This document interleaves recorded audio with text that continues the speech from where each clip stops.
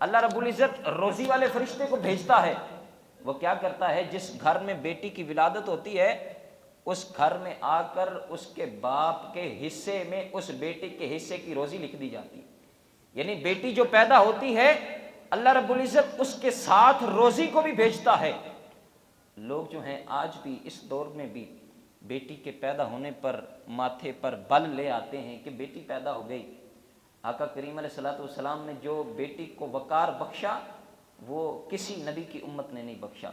میرے لجپال آقا صلی اللہ علیہ وسلم ارشاد فرماتے ہیں جس کے ہاں 3 بیٹیوں کی ولادت ہو، 3 بیٹیوں کی ولادت، صحابہ سارے کے سارے بیٹھے ہیں، فرمایا جس کے ہاں 3 بیٹیاں پیدا ہو جائیں، ان کی وہ اچھے طریقے سے پرورش کرے، بڑی ہو جائیں، پھر ان کا اچھا رشتہ دیکھ کے ان کی شادی کر دے۔ میرے لجپال آقا نے انگلیوں کا اشارہ کر کے فرمایا جنت میں اس طرح میرے ساتھ ہوگا جس طرح یہ 2 انگلیاں ہیں، جس طرح یہ 2 انگلیاں ہیں اس طرح جنت میں میرے ساتھ ہوگا۔ اب ضروری تو نہیں نا کہ ہر بندے کی 3 ہی بیٹیاں ہوں۔ حضرت عمر فاروق فرماتے میں نے ہاتھ کھڑا کر لیا کہ یا رسول اللہ صلی اللہ علیہ وسلم اگر کسی بندے کی 2 بیٹیاں ہوں تو پھر؟ میرے لجپال آقا مسکراتے ہیں، تبسم فرماتے ہیں، فرمایا عمر ہاتھ نیچا کر لے، قسم اس خدا کی کہ جس کے قبضہ قدرت میں مجھ محمد کی جان ہے، اگر کسی کے ہاں 2 بیٹیاں بھی ہوں گی تب بھی جنت میں ایسے میرے ساتھ ہوگا جیسے یہ 2 انگلیاں ہیں۔ اب ضروری تو نہیں نا کہ ہر بندے کی 2 یا 3 بیٹیاں ہی ہوں۔ حضرت عمر فاروق فرماتے میں نے پھر پوچھ لیا کہ یا رسول اللہ اگر کسی کے ہاں 2 نہ ہوں، 1 بیٹی ہو تو پھر اس کے لیے کیا حکم ہے؟ میرے لجپال آقا نے بات ختم کر دی، فرمایا کہ جس کے ہاں 1 بیٹی بھی ہو اور وہ اس کی پرورش کرے، اس کی شادی کر دے اچھا رشتہ دیکھ کے، فرمایا قیامت والے دن جنت میں میرے ساتھ ایسے ہوگا جیسے یہ 2 انگلیاں ہیں۔ 1 بیٹی کے پیدا ہونے پر لوگ جو ہیں وہ غم مناتے ہیں، لیکن میرے لجپال آقا نے اتنی فضیلت بیان کی بیٹی کے پیدا ہونے پر۔ مصطفیٰ کریم علیہ الصلوۃ والسلام نے اپنی بیٹی سیدہ خاتون جنت کی بڑی بہترین تربیت فرمائی۔ ایک دفعہ منت مانگی حضرت سیدہ خاتون جنت نے کہ آج یہ فلاں کام ہو جائے گا، سیدنا امام حسن و حسین بیمار ہو گئے، بخار ہو گیا، تو جب ان کو بخار ہوا نا تو آپ نے منت مانگ لی کہ جب یہ صحت یاب ہوں گے تو میں 3 روزے رکھوں گی۔ حضرت علی نے بھی منت مانی کہ جب میرے بیٹے صحیح ہوں گے اللہ تعالیٰ ان کو تندرستی عطا فرمائے گا تو 3 روزے رکھے جائیں گے۔ اللہ رب العزت نے صحت تندرستی عطا فرما دی، اب 3 روزے رکھنے تھے۔ پہلا دن ہوا روزہ رکھنے کا، حضرت علی المرتضیٰ شیر خدا آپ کسی کے باغ میں کھجوروں کا کام کرنے کے لیے گئے، تھوڑی سی کھجوریں آپ کو ملی، جو آپ نے کمایا تھا مال، آپ نے وہ کھجوریں بیچ کے تو جو گندم خرید لی، 3 سیر گندم تھی، اس کا آٹا بنایا گیا۔ اب ایک سیر یعنی ایک کلو گندم جو ہے وہ 1 دن استعمال کرنی تھی۔ پہلے دن روزہ رکھا تو افطاری کے وقت روٹیاں بنائی۔ جب پہلے دن روزہ رکھا نا تو ایک بندہ یتیم دروازے پر دستک دے رہا ہے، افطاری کا وقت ہوا، کاش ہمارے درمیان بھی ایسا، ہمارے اندر بھی ایسا جذبہ پیدا ہو جائے کہ ہم اپنی افطاری کا حصہ لوگوں کو بنائیں۔ دروازے پر دستک ہوئی، کون ہے؟ یتیم ہوں، سر پر ہاتھ رکھنے والا کوئی نہیں، کچھ مال مل جاتا، کوئی کھانے کے لیے کوئی شے مل جاتی تو بڑی کرم نوازی ہوتی۔ سیدہ خاتون جنت آپ نے وہ ساری روٹیاں ایسے لپیٹی اور جا کے اس یتیم کو دے دی اور پانی کے ساتھ روزہ افطار فرمایا۔ دوسرا دن ہوا، جب دوسرا دن ہوا نا تو پھر کیا دیکھتے ہیں، دوسرے دن پھر روٹیاں بنائی ہیں، افطاری کا وقت ہو گیا ہے، دسترخوان پر روٹیاں رکھی ہیں، لیکن دروازے پر پھر دستک ہو گئی۔ کون آیا ہے؟ اب کی بار جو ہے وہ قیدی آیا ہے، قید سے چھوٹ کر ایک قیدی آیا ہے۔ وہ کہتا ہے، صدا لگاتا ہے کوئی دینے والا، ہے کوئی مجھے کھلانے والا، بھوکا ہوں۔ حضرت سیدنا خاتون جنت آپ فرماتی ہیں کہ ہماری جو روٹیاں تھیں نا ہم نے اسی طرح پیک کی، اسی طرح لپیٹ کے اس قیدی کو جا کے تھما دی اور خود جو ہے وہ پانی کے ساتھ روزہ افطار کیا، اپنے اوپر لوگوں کو فوقیت بخشی۔ آپ نے فرمایا کہ دوسرے دن بھی ایسے جو ہے وہ روزہ پانی کے ساتھ افطار ہوا۔ اب تیسرا دن آ گیا، اب تیسرا دن آیا نا تو پھر افطاری کا وقت ہوا تو روٹیاں بنائی، تو پھر دروازے پر دستک ہوئی، کون آیا ہے؟ مسکین آیا ہوں۔ مسکین اس کو کہتے ہیں کہ جس کے پاس ایک وقت کھانا کھانے کے پیسے بھی نہ ہوں۔ کون آیا ہے؟ مسکین آیا ہوں، کھانے کے لیے کچھ نہیں ہے، اگر کچھ عطا کر دیا جائے تو بڑی کرم نوازی ہوگی۔ یار قربان جائیں اہل بیت کے گھرانے پر، آپ نے وہ ساری کی ساری روٹیاں ویسے ہی لپیٹی اور جا کر اس مسکین کو دے دی۔ تیسرے دن بھی جو روزہ آپ نے افطار کیا، آپ کے اہل خانہ نے جو تیسرے دن بھی روزہ افطار کیا، وہ پانی کے ساتھ کیا۔ پھر کیا ہوا؟ اللہ رب العزت نے آپ کے حق میں قرآن کی آیت نازل فرما دی، فرمایا وَيُطْعِمُونَ الطَّعَامَ عَلَىٰ حُبِّهِ مِسْكِينًا وَيَتِيمًا وَأَسِيرًا۔ لجپال آقا کی بارگاہ میں سیدنا جبرائیل امین حاضر ہوتے ہیں، کہتے ہیں یا رسول اللہ صلی اللہ علیہ وسلم، آپ کے اہل بیت نے جو 3 دن عمل کیا ہے نا، اللہ رب العزت فرماتا ہے کہ میں اس سے بڑا راضی ہوں۔ وہ عمل کیا ہے؟ حضرت علی آقا کریم علیہ السلام کی بارگاہ میں حاضر ہوتے ہیں۔ جب حاضر ہوتے ہیں تو آقا کریم علیہ السلام حضرت علی سے فرماتے ہیں، علی یہ جو تم 3 دن سے عمل کرتے آئے ہو، اس کا تم نے کسی کو پتہ ہی نہیں چلنے دیا۔ حضرت علی فرماتے ہیں یا رسول اللہ صلی اللہ علیہ وسلم کیا ہوا؟ ہمارے حق میں کوئی وعید آ گئی؟ آقا کریم علیہ السلام ارشاد فرماتے ہیں کوئی وعید نہیں آئی، بلکہ اللہ نے قرآن کی آیت نازل فرما دی، فرمایا وَيُطْعِمُونَ الطَّعَامَ عَلَىٰ حُبِّهِ مِسْكِينًا وَيَتِيمًا وَأَسِيرًا۔ اور جو مصطفیٰ کے گھر والے ہیں وہ یتیموں کو بھی کھانا کھلاتے ہیں، مسکینوں کو بھی کھانا کھلاتے ہیں، قیدیوں کو بھی کھانا کھلاتے ہیں، گویا کہ اپنے اوپر لوگوں کو ترجیح دے دیتے ہیں، اپنے اوپر خود جو ہے وہ بھوکے رہنا پسند کرتے ہیں، لیکن لوگوں کا پیٹ بھر دیتے ہیں۔ آقا کریم علیہ السلام ارشاد فرماتے ہیں اے علی تجھے مبارک ہو، تجھ سے رب بھی راضی ہے، رب کا رسول بھی راضی ہے، تجھ سے رب بھی راضی ہے، رب کا رسول بھی راضی ہے۔ میرے لجپال آقا نے سیدہ خاتون جنت کی تربیت ایسی فرمائی، ایسی تربیت فرمائی کہ سیدہ خاتون جنت نا سارا دن گھر کا کام کرتی۔ آج جو ہیں وہ گھر کا کام کرتے وقت عورتیں کہتی ہیں کہ سارا کام میرے ذمہ ہی ہے، لیکن سیدہ خاتون جنت آپ گھر کا سارا کام کرتی، رات کے وقت اجازت لیتی حضرت علی سے، اجازت لے کے کہتی میرے سرتاج اگر اجازت ہو تو میں اپنے رب کو راضی نہ کر لوں، اپنے رب کی بارگاہ میں کھڑی نہ ہو جاؤں؟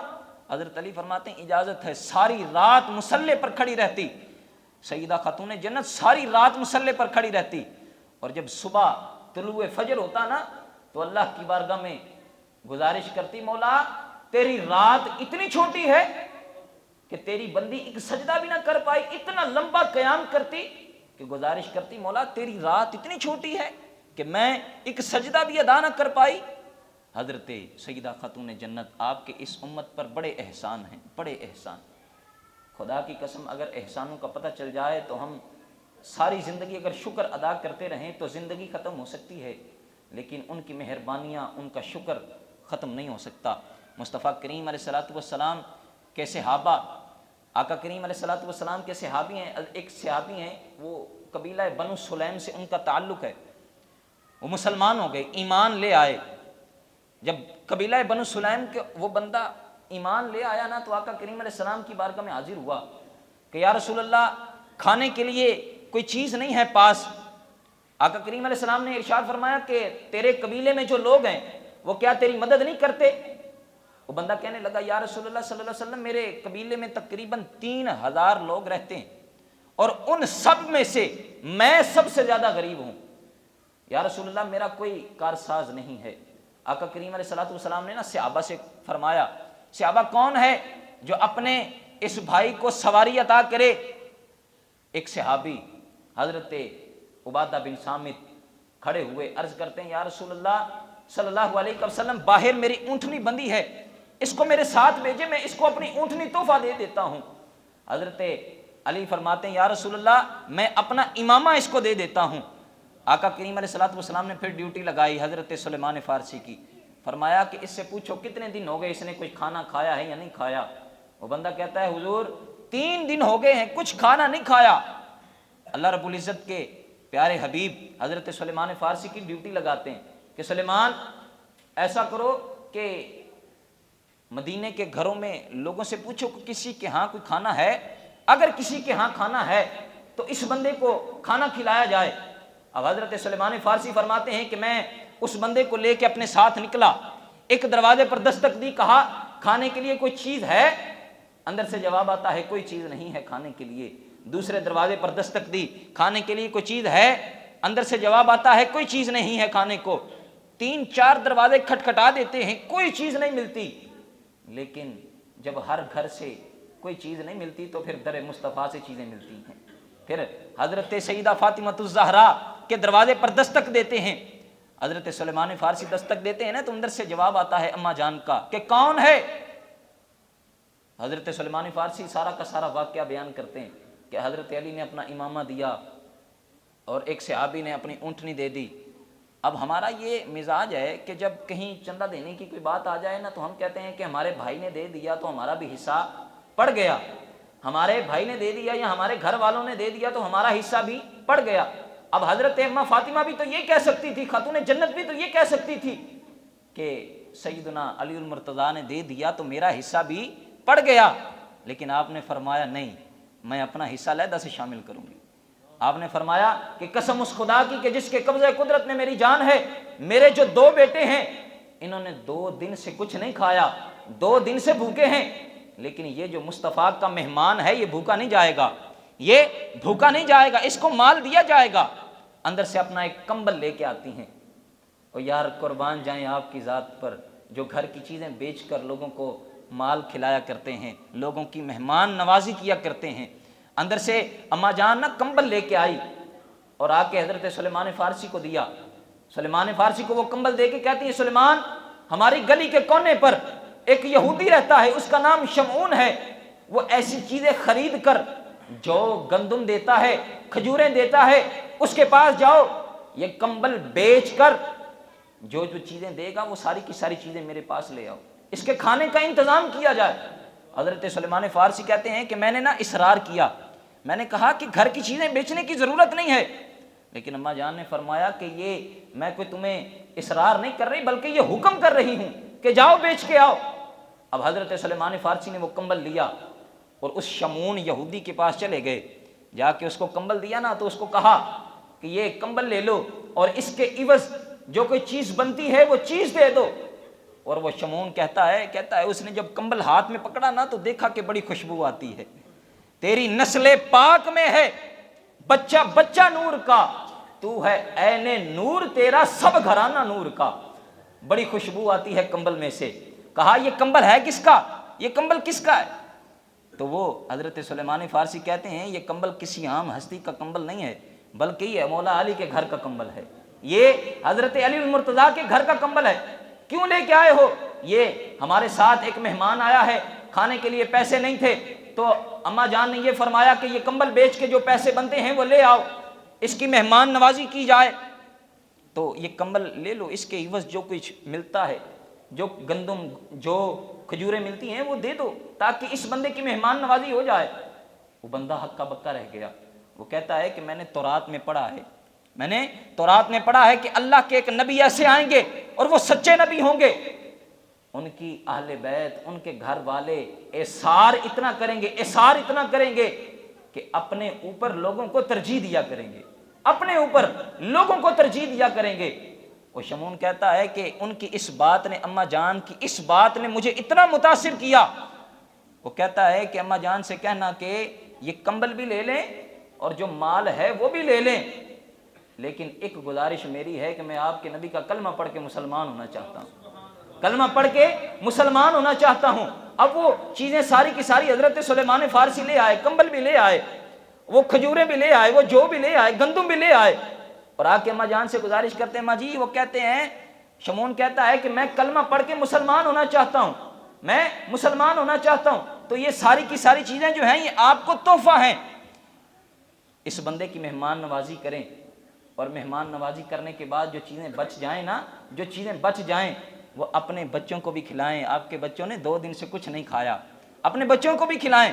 اماں جان کے وہ الفاظ سونے کے پانی سے لکھنے والے، آپ فرماتی ہیں کہ جو چیز کسی مہمان کے لیے صدقہ آئی ہو، میں یہ بات گوارا نہیں سمجھتی کہ میں اپنے بچوں پر ان کو خرچ کروں، وہ چیزیں بھی ساری کی ساری آپ نے اللہ کی راہ میں قربان کر دی۔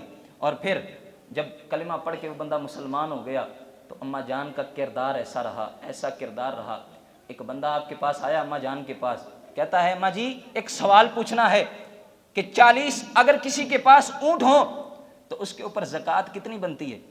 اگر اصولی طور پر دیکھا جائے تو 40 اونٹوں پر ایک اونٹ زکوٰۃ بنتی ہے، یعنی جس بندے کے پاس 40 اونٹ ہے نا، سال گزر گیا ان کو چراتے چراتے، تو ایک اونٹ وہ اللہ کی راہ میں زکوٰۃ کے لیے دے دے گا۔ اماں جان نے فرمایا تیرے لیے، الفاظ پر غور کیجئے گا۔ اماں جان سے پوچھا اماں جی 40 اونٹ اگر کسی کے پاس ہوں تو زکوٰۃ کتنی بنتی ہے؟ اماں جی فرماتی ہیں کہ تیرے لیے 40 اونٹوں پر ایک اونٹ زکوٰۃ بنتی ہے، لیکن اگر میرے پاس 40 اونٹ ہوں تو سارے کے سارے صدقہ کر دوں گی۔ فرمایا میں زکوٰۃ تو دور، ایک سال رکھنا تو دور کی بات ہے، اگر میرے پاس 40 اونٹ ہوں تو میں رات سے دن نہ ہونے دوں، سارے کے سارے اللہ کی راہ میں قربان کر دوں۔ تو یہ کردار، یہ افکار اماں جان نے ہمیں دیا۔ اللہ کی قسم آج ہم مسلمان ہیں، آج ہم ایمان والے ہیں، تو ہمارا اس میں کوئی اتنا کمال نہیں ہے، یہ ہمارے بڑوں کی کوئی نیکی ہے کہ جو ہمارے سامنے آ گئی۔ اللہ رب العزت چاہتا تو ہمیں کسی کافر کے گھر پیدا کر دیتا۔ قسم خدا کی بیٹیوں کی بڑی شان ہے۔ میں نے یہ ایک واقعہ بابا جی محمد دین صاحب کے نا چہلم پہ بھی سنایا تھا، دوبارہ سنانا چاہتا ہوں۔ یہ جب بھی میں پڑھتا ہوں نا تو ایمان بڑا تازہ ہوتا ہے۔ ایک صحابی ہیں آقا کریم علیہ السلام کے، نام ہے حضرت صعصع بن ناجیہ۔ کیا نام ہے جی؟ حضرت صعصع بن ناجیہ رضی اللہ تعالی عنہ۔ آقا کریم علیہ السلام کی بارگاہ میں حاضر ہوتے ہیں، کہتے ہیں یا رسول اللہ صلی اللہ علیہ وسلم ایک بات پوچھنا چاہتا ہوں کہ زمانہ جاہلیت میں اگر کوئی بندہ گناہگار گناہ کرتا ہو تو ایمان لانے کے بعد کیا اللہ تعالیٰ وہ گناہ معاف کر دیتا ہے؟ آقا کریم علیہ السلام نے ارشاد فرمایا کہ بندہ جب کفر سے ایمان کی طرف آتا ہے تو اس کے پچھلے سارے گناہ کیا ہو جاتے ہیں؟ معاف ہو جاتے ہیں۔ پھر اس نے سوال کیا، کہتا ہے یا رسول اللہ صلی اللہ علیہ وسلم ایک اور بات پوچھنا چاہتا ہوں، اگر زمانہ جاہلیت میں کسی نے کوئی نیکی کی ہو تو کیا ایمان لانے کے بعد اللہ اس کا اجر عطا فرمائے گا؟ قربان جائیں مصطفیٰ کی ذات پر، میرے لجپال آقا نا تبسم فرماتے ہیں، مسکراتے ہیں۔ آپ فرماتے ہیں کہ صعصع بتا ذرا تو نے نیکی کون سی کی ہے؟ اب ذرا نیکی سنیے گا۔ ہمارے سامنے تو اسلام جو ہے وہ جس طرح تھال میں پیش ہوتا ہے اس طرح آ گیا نا۔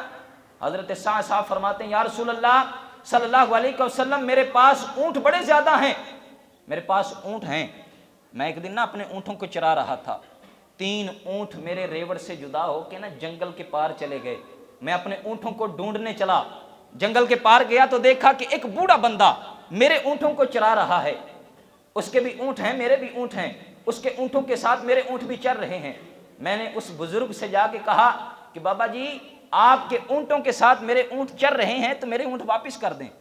بابا جی نے کہا کہ جو تیرے اونٹ ہیں ان کی نشاندہی کر دے تو تیرے اونٹ تو واپس لے جا۔ حضرت صعصع فرماتے ہیں کہ میں نے اونٹوں کی نشاندہی کی کہ یہ میرا اونٹ ہے، یہ والا میرا ہے، یہ والا میرا۔ میں اونٹ لے جانے لگا تھا کہ وہ بابا جی کا خادم آ گیا، وہ کہتا ہے حضور آپ کے گھر بیٹی کی ولادت ہونے والی ہے، کیا جائے؟ تو وہ بابا جی کہتے ہیں کہ یہ کچھ پیسے لے لے، اگر بیٹی پیدا ہو تو زندہ دفن کر دینا، اگر بیٹا پیدا ہو تو مٹھائیاں تقسیم کرنا۔ حضرت صعصع فرماتے ہیں کہ میرے دل میں جو ہے چھریاں چلی کہ یار اب دیکھیں تو صحیح ہوتا کیا ہے۔ فرماتے ہیں میں تھوڑی دیر ادھر رک گیا، وہ غلام تھوڑی دیر کے بعد دوبارہ آیا، وہ کہتا ہے کہ بابا جی آپ کے ہاں نا بیٹی کی ولادت ہوئی۔ تو بابا جی نے کہا کہ اب کیا کیا جائے، زندہ درگور کر دیا جائے بیٹی کو؟ حضرت صعصع فرماتے ہیں کہ میرے سینے پر خنجر چلے، میں نے بابا جی کو کہا کہ آپ نے بیٹی زندہ درگور کر تو دینی ہے، آپ نے مار تو دینی ہے تو مجھے دے دیں۔ یار کتنی خوب بات کہی، آپ نے مار تو دینی ہے مجھے دے دیں۔ تو وہ بابا جی کہنے لگے کہ میں ایسے نہیں تجھے دیتا، یہ جو تیرے 3 اونٹ ہیں نا یہ یہاں چھوڑ کے جا پھر بیٹی تجھے ملے گی۔ حضرت صعصع فرماتے میں نے وہ بیٹی کو لے لیا، 3 اونٹ اپنے ادھر چھوڑ دیے، اس کو 3 اونٹ دے دیے اور بیٹی کو لے آیا۔ اب بیٹی میرے ہاں پرورش کرنے لگی۔ بعض اوقات ایسا ہوتا ہے کہ بندے کو نیکیوں کا شوق پڑ جاتا ہے، بندے کو وہ نیکی ایسی پسند آتی، بندہ وہ نیکی بار بار کرتا ہے، کوئی بھی نیکی ہو بندے کو وہ نیکیوں کا شوق پڑ جاتا ہے۔ حضرت صعصع فرماتے ہیں مجھے وہ نیکیوں کا شوق پڑ گیا۔ کیا فرماتے ہیں؟ مجھے نیکیوں کا شوق پڑ گیا، جہاں کہیں بچے کی ولادت ہوتی میں اپنے 3 اونٹ لے کے اس کے دروازے پر جا کے کھڑا ہو جاتا. دیکھتے ہیں پیدا کیا ہوتا ہے. اگر بیٹا پیدا ہوتا تو ٹھیک ہے, اگر بیٹی پیدا ہوتی تو کہتا کہ یار اس کو ماری نہ, اس کو قتل نہ کری, کیا کروں, یہ میرے سے 3 اونٹ لے لے, یہ بیٹی مجھے دے دے. حضرت سعد صاحب فرماتے ہیں یا رسول اللہ صلی اللہ علیہ وسلم, قسم اس خدا کی کہ جس کے قبضہ قدرت میں میری جان ہے, وہ نیکیوں کا شوق مجھے ایسا پڑا, آج میرے گھر میں 360 بیٹیاں پل رہی ہیں. میرے گھر میں 360 بیٹیاں پل رہی ہیں, ہر بیٹی کے بدلے میں میں نے 3 اونٹ دیے ہیں. میرے لجپال آقا فرماتے ہیں کہ کتنے اونٹ دینے پڑے. عرض کرتے ہیں یا رسول اللہ صلی اللہ علیہ وسلم 1080 اونٹ دینے پڑے ہیں. کتنے اونٹ دینے پڑے ہیں؟ 1080 اونٹ. ایک اونٹ کی مالیت کا اندازہ لگایا جائے, پھر 100 کا لگایا جائے, پھر 1000 کا لگایا جائے تو بات کہاں جاتی ہے. حضرت سعد صاحب فرماتے ہیں یا رسول اللہ 1080 اونٹ دیے, وہ نیکیوں کا شوق ایسا پڑا کہ آج میرے گھر میں 360 بیٹیاں پل رہی ہیں. میرے لجپال آقا کی آنکھوں سے آنسو جاری ہو جاتے ہیں. فرماتے ہیں, عرض کرتا یا رسول اللہ صلی اللہ علیہ وسلم یہ جو میں نے نیکی کی ہے, یہ جو نیکی کی ہے, کیا رب تعالیٰ مجھے اس کی جزا عطا فرمائے گا؟ میرے لجپال آقا فرماتے ہیں ایسا سا, یہ جو تو ایمان لے کے آیا ہے یہ اسی کی بدولت اللہ نے تجھے ایمان کی توفیق بخشی. وہ بچوں کی جان بچائیں تو پھر ان کو اللہ تعالیٰ ایمان کی دولت عطا فرمائے. اور یار ہمارے سامنے تو ایمان ایسے آ گیا جس طرح پلیٹ میں کوئی چیز آتی ہے, پھر بھی ہم اگر اللہ کے حکموں کی عدولی کریں, پھر بھی اللہ کو ناراض کرنے والی باتیں کریں, تو پھر ہمیں اپنے اندر جھانکنا چاہیے. سیدہ خاتون جنت رضی اللہ تعالی عنہا, آپ نا جب دعا کیا کرتی تھی نا, تو حضرت امام حسن اس بات کو روایت کرتے ہیں, حضرت امام حسن بات کو روایت کرتے ہیں, کہتے ہیں کہ جب بھی میں نے اپنی والدہ کو دعا کرتے دیکھا تو یہی دعا کرتی تھی کہ یا باری تعالیٰ میرے بابا کی امت کی بخشش فرما, میرے بابا کی امت کی بخشش فرما. حضرت امام حسین فرماتے ہیں کہ میں نے ایک دن گزارش کر دی کہ اماں جی ہر وقت آپ نانا جان کی امت کی دعائیں مانگتے رہتے ہیں, کبھی ہمارے بارے میں بھی دعا کر دیا کریں, کبھی ہمارے لیے بھی دعا کر دیا کریں. سیدہ خاتون جنت نے جو الفاظ ارشاد فرمایا قسم اس خدا کی کہ جس کے قبضہ قدرت میں میری جان ہے, میری دعاؤں پر جو سب سے پہلا حق ہے وہ میرے بابا کی امت کا حق ہے. سب سے پہلا جو حق ہے وہ کس کا ہے؟ وہ میرے بابا کی امت کا حق ہے. بعد میں یہ سننے میں چیز آسان لگتی ہے, لیکن اگر اس کو سمجھا جائے, ماں جو ہے وہ اپنے بیٹوں کے لیے, اپنے بچوں کے لیے بڑی سینسٹیو ہوتی ہے, ان کے لیے وہ دعائیں کرتی ہے. لیکن سیدہ خاتون جنت فرماتی ہیں کہ سب سے پہلا حق جو میری دعاؤں پر ہے وہ میرے بابا کی امت کا ہے. میں نے جب حضرت عثمان غنی کی شان کو بیان کیا تو تب میں نے ایک بات کو یہاں بیان کیا کہ حضرت عثمان غنی نے جب آقا کریم علیہ السلام کی دعوت کی نا تو پیچھے قدم گنے. آقا کریم علیہ السلام اپنے گھر سے حضرت عثمان غنی کے گھر تک جتنے قدم چلے نا, تو قدم گن کے اتنے غلام اللہ کی راہ میں آزاد کر دیے. سیدنا عثمان غنی نے جب اتنے غلام آزاد کر دیے نا, تو حضرت علی المرتضیٰ شیر خدا آپ اپنے گھر آتے ہیں اور آ کے نا خاتون جنت سے گزارش کرتے ہیں کہ آج نا حضرت عثمان غنی نے سب کو خوش کر دیا. وہ کیا کیا کہ آقا کریم علیہ السلام کی دعوت کرنے کے بعد مصطفیٰ کے قدموں کو گنا, قدموں کو گننے کے بعد جتنے قدم بنتے ہیں وہ سارے کے سارے قدم گن کے اتنے غلام آزاد کر دیے. حضرت علی فرماتے ہیں کہ میرا بھی دل کرتا ہے کبھی ایسی دعوت ہم بھی اپنے نبی کی کریں, کبھی ایسی دعوت ہم بھی اپنے نبی کی کریں. تو سیدہ خاتون جنت فرماتی ہیں ہم بھی ایسی دعوت کرتے ہیں, جاؤ آپ جائیں اور بابا جان کو دعوت دے کے آئیں, اور ساتھ میں کہیے گا کہ اپنے صحابہ کو بھی ساتھ لے کے آئیں. حضرت علی المرتضیٰ جاتے ہیں, جا کے آقا کریم علیہ السلام کی بارگاہ میں گزارش کرتے ہیں یا رسول اللہ ہمارے گھر میں نا دعوت پر تشریف لے کے آئیں. اب دیکھیں وہ کاش کہ ایسا شوق ہمیں بھی پڑ جائے. عورتوں کو شوق ہوتا ہے کہ کسی کی طرف دیکھ کے نا وہ کہتی ہیں کہ اس کے پاس یہ چیز ہے تو مجھے بھی ملنی چاہیے, اس کو یہ چیز لے کے دی ہے تو مجھے بھی یہ چیز لے کے دینی چاہیے. یار کاش ایسا شوق پڑ جائے کہ اس نے یہ نیکی کی ہے, یار میں بھی یہ نیکی کر لوں, اس نے یہ نیکی کی, اس نے یہ اچھا کام کیا, میں بھی یار یہ اچھا کام کروں. ایسا شوق بھی ہمیں پڑنا چاہیے.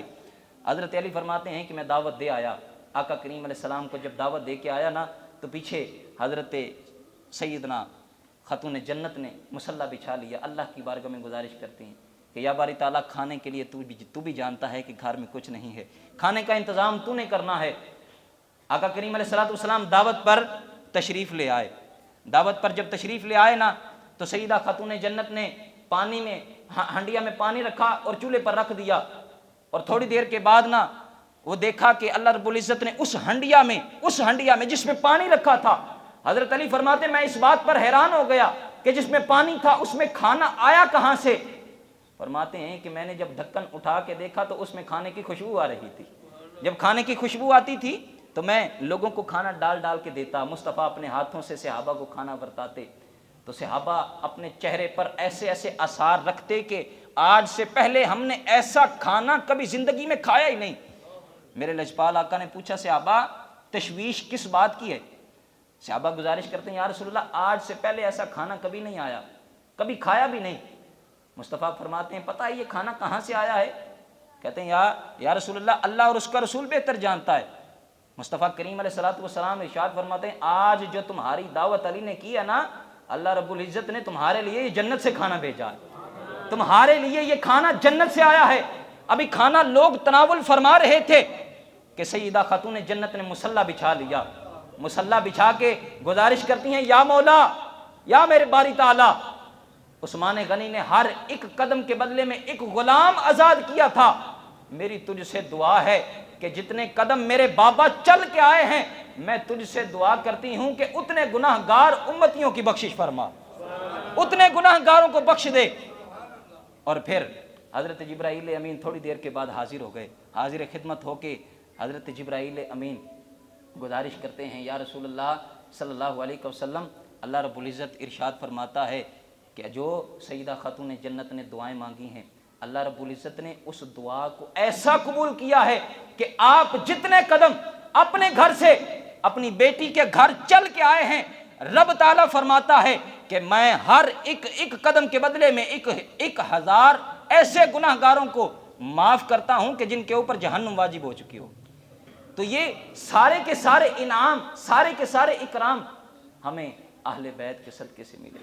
وہ اپنی دعاؤں میں ہمیں یاد رکھتے رہے، وہ کہتے رہے کہ یا باری تعالیٰ میرے بابا کی امت کی بخشش فرما۔ اور آج ہمیں اپنی دعاؤں میں یہ گزارش کرنی چاہیے کہ ہماری اولادوں کو سیدہ خاتون جنت کی جیسی اپنے اولادوں کی پرورش کرنے کی، ان کی سیرت کے اوپر چلنے کی توفیق عطا فرما۔